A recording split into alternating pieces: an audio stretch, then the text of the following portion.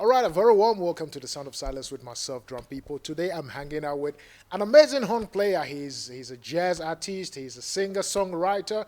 He's going to be performing two of his songs right here on the show. You don't want to miss out on this. He'll also be telling us a lot about himself, and you don't want to miss out on that either. And of course, this show is made possible by Turnkey Music, a music shop based in Malibongwe Drive in Randburg.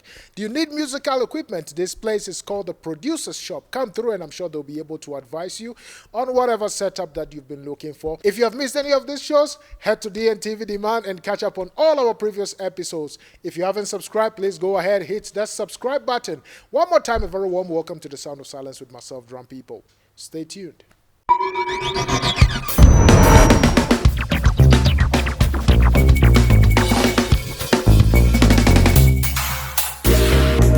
The Sound of Silence with DrumPIPO. All right, welcome back to the Sound of Silence with myself, DrumPIPO. You know I always hang out with cool people, right? I've got some amazing guy right here with me on the show. Look, like I said, you don't want to miss anything. My brother, Lwanda. Mr. Man. How you doing, man? I'm good, sir. How are you? My king, good to see you. Good to see you. And good to have you. Welcome to Thank the Sound you. of Silence. Thank you. Appreciate the invitation. Excellent, excellent. Thank you so much. Tell me, look, how did you find yourself in this amazing genre, jazz music? Jeez, I think it's the influence of my parents. It's always been some sort of jazz records being played at home, in the car driving. I know I grew up listening to the sounds of Winston Mangungu, Dr. Abdullah Ibrahim, even some smooth jazz stuff. You know, I used to listen to some Ronnie Jordan, Earl Klugh. So I was always attracted to the instruments, you know, and I remember going to school in East London and seeing the band playing, and I was just like, wow. And at that time I was playing piano. You know, I was taking lessons in piano and singing in the choir. Wow. And then I just saw these brass instruments and I said, I want to play one of those. So by your parents, were they musicians as well? Not at all. Actually, no one in my entire family is musical, or at least in the industry or anything musical. I know my uncle used to sing in the choir back in the day, but nothing. But look, a lot of people say that jazz music is for the elderly and stuff like that. But this day and age, we're seeing a lot of youngsters moving into jazz. What do you think the secret is? I think jazz is fluid. Jazz is very fluid, especially, I mean, if you check out the career of Miles Davis, Miles Davis in his 70s. I think also when jazz really, jazz has always been the pioneer of all movement in music. And jazz, when it incorporates, like we were trying to do now, people like Robert Glasper, really integrating the concepts of jazz with the philosophy of jazz, with modern sounds, synthesizers, modern grooves, and anything that relates to the people of now. Especially the youth, because the youth is so open. That's why I like hippies. I believe I'm a hippie. You know, they're so open to anything. Look, do you still remember the feeling you had when you bought your first trumpet? Wow. I remember when I got my trumpet, which came before this one. You know, it was like a long time coming. It was a long time coming, you know. These instruments are expensive and they need to be bought on account. They need, there's monies that need to be raised. And I mean, fortunately for me, I have parents who are so supportive. And I just say, I want this. And they see the seriousness that I dedicate myself to the art, and they always support me. And so when I got my first trumpet, I was like, man, finally it's here. Look, you mentioned Miles Davis and a couple of guys. I mean, who are some of your influences? Definitely Miles Davis, Roy Hargrove, and the great Brahima Segela from home. And over the years, it's just been different trumpet players, different jazz artists there and there, but the ones that always stayed on have been Miles Davis, Roy Hargrove, and Brahima Segela. That's right. I'm excited, man. What are you performing for us today? Today I'm going to be performing music that will be on my third album, Okay. Songbook Chapter 2. Beautiful. So I think I'm going to choose 2 songs, Dominoes, which is a song about the game Dominoes, you know. Yeah. If we see the game as life and how when all the domino pieces fall, you know, imagine your own life and you do this and that and maybe mistakes there and there or hardships and things just fall and then you can't stop it at all and it's just like the domino game, just falls. But then the beauty of life is that we can always start over again and pick up the pieces again. So that's what the song Dominoes is about. And then Body Language is about admiring the body of the black human being, you know, and trying to really tell it that it is supreme and it is significant. That's right. Opposite to all these notions that have been put on the black body. That's right. Yeah. You know what? I'm super excited. I can't wait. I'm Let's do your excited first too. song and then we'll come back and talk some more. For sure, for sure. All right, take Thank it you. away, my brother. Thank you.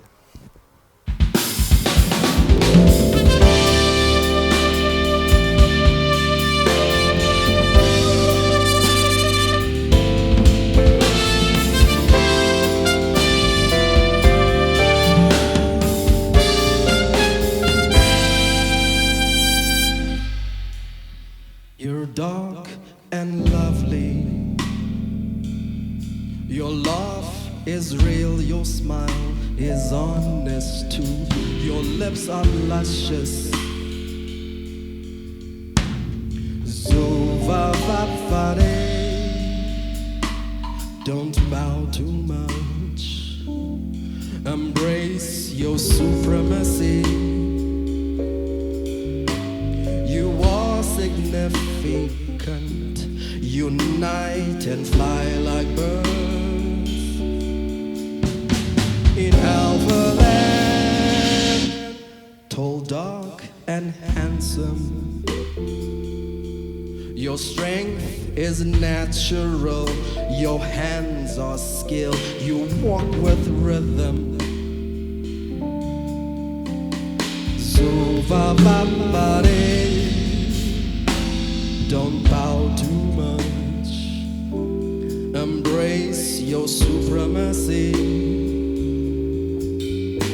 You are significant. Unite and fly like birds. In Alphaland. Yeah, oh, ah. Yeah, oh, ah. Yeah, oh, ah. Oh, ah, yeah, oh, ah. Yeah, oh, ah. Yeah, oh,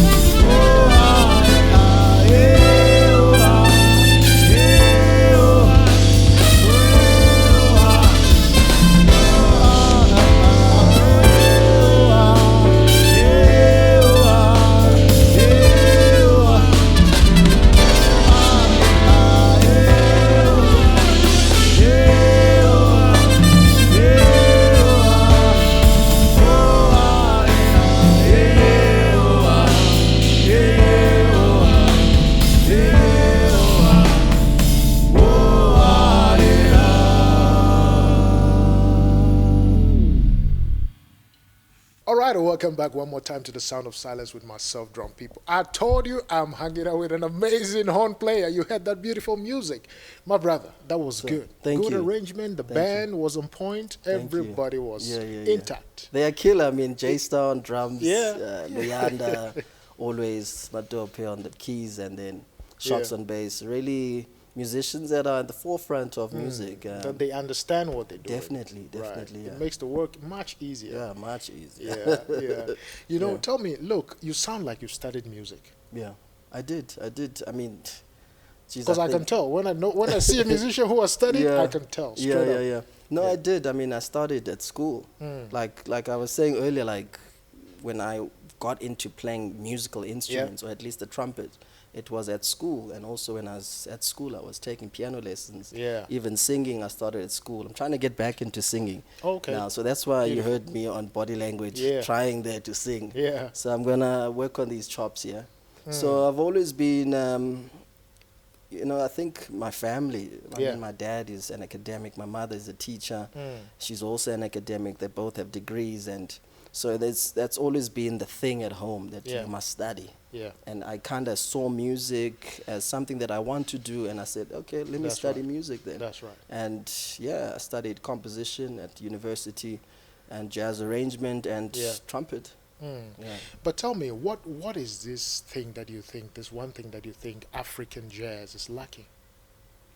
Lacking?